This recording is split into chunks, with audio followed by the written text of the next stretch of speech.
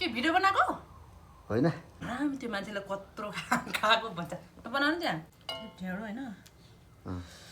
अचार यसमा हालेर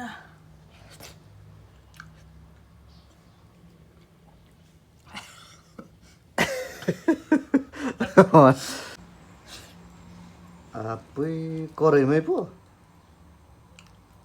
अनि के हुन्छ त अनि कराईमा त कराईमा खाने त अलक्षिना हुँदा हुन्छ भन्छ थाहा जुरा के भिडियो बनाएको होइन म गरिरहेको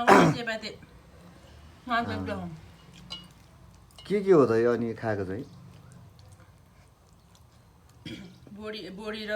मस्यामको दालमा गुन्द्रुकमा झानेको होइन अनि अचार बनाएको कोदो र मकैको पिठो कोदो र मकै पिठोको ढेँडो राखा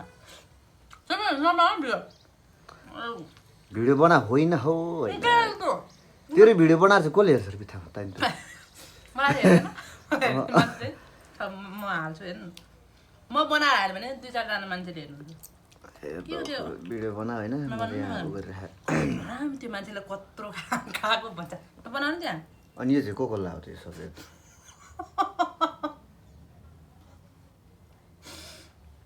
मै खाने अनि थाल पनि रहेछ यहाँ ऊ पनि छ अनि कराईमा चाहिँ के हात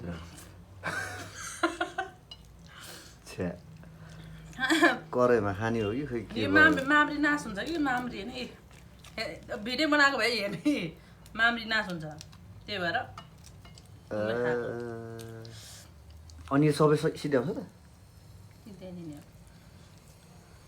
त कालाकुलु सबै फेरि ऊ पनि बनाएको थिएँ मैले फेरि अचार टमाटरको अचार अनि गाउँको तिल हुन्छ नि तिल कालो तिल र सेतो तिल होइन कि यो मगर भाषा बोल्नेले बुझ्नुहुन्छ मिनकै मिन यसको अचार बनाएको जस्तो के त मावारले है मावारले के त मावारले ए गाँचो मावारले अनि यत्रो ढेँडा खाइसकेर उठ्नु सक्छ र है त्यसै मान्छे मोटा त्यसै होइन रहेछ नि सुँगुर जस्तो भएर मोटा छ गाँठे ल ल मस्तले खानु मस्तले भिडियो बनाउँछ भने थाहा भयो भने म सबै मिलाएर अनि यत्रो देखाउँदैन थोरै के भिडियो खिच्यो होइन म त यहाँ कानमा इयरफोन छ ऊ न्युज हेर्दै गएर मोबाइल त्यतिकै ठाडो पारेको उहाँ उसलाई चाहिँ भिडियो बनाएको लाग्दो हो कसले हेर्छ के त्यही पनि भने अचम्म लाग्छ उहाँ भिडियो रे ताइन तपाईँले मलाई हेरेर के ठाडो बनाएर मलाई क्यामेरा गरे जस्तो गरेन यहाँ मैले ऊ हेरिरहेको नि यहाँ स्क्रल गर्दै भिडियो हेरिरहेको कि अनि यत्रो ढेँडो चाहिँ आमामा दुःख त दुःखै पाएको रहेछ बिचरा ढेँडो यसरी मन पराएको छ है दाल मिठो छ के दाल कसरी मिठो भयो भने मस्याम र बोडीको दालमा अनि उ गरे के गुन्द्रुकको झानेको मिठो छ कठै बिचरा यहाँ मासु भए भयो है मासु चाहिँ उसको के को यता कुखुराको मासुसँग चाहिँ मलाई भातै खानु मन लाग्छ गाउँको लोकल कुखुराको मासु कालो कोदोको ढेँडो अनि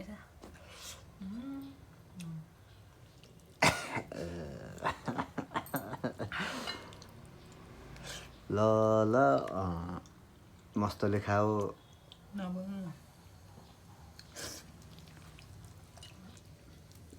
मिठो त मिठोसँग खाएको पो मिठै छ कि मिठै छ अब ढेँडो यो पनि सक्छ साँच्ची नै खाँदै दाम सक्छ पनि होला ल खाँदै दाम भने साँच्ची नै यो भिडियो बनाएर हालिदियो भनेदेखि त मान्छेहरूले त नराम्रो कमेन्ट गर्छ कत्रो खाएको त भनेर ढेँडो खाने मान्छेले खान्छ कि त्यो चामल भातहरू खाने अलि सहरमा जन्मेकाहरू मात्रै अहिले पछिल्लोचोटि जन्मिने हामीभन्दा पछिल्लोचोटि जन्मिनेहरू मात्रै अलिक कम खाने दुब्लो पातलो जिरो फिगरवालाहरूले नखाने हम त खाइन्गे गम गम लु खोइ त कत्रो गाँससँग खान सक्ने छ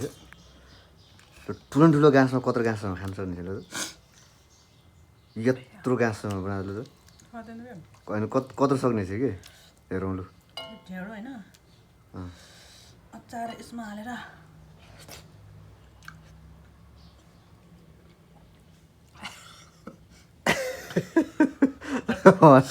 चपार निल्ने हो कि नचपार निल्ने हो र मिठो हुँदा त नचपाल निल्ने नि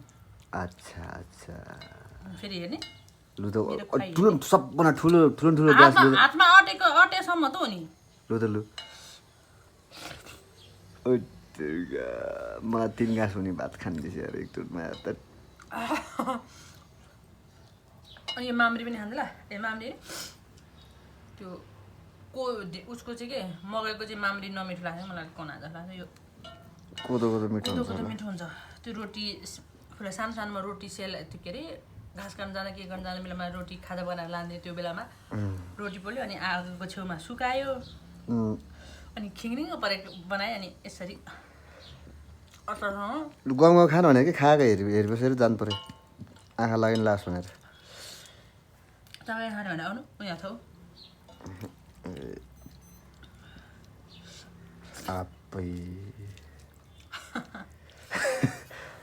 मलाई साँच्चै 2-3 गाँसै हुने खान्छ त एकचोटमा के हच्छ म त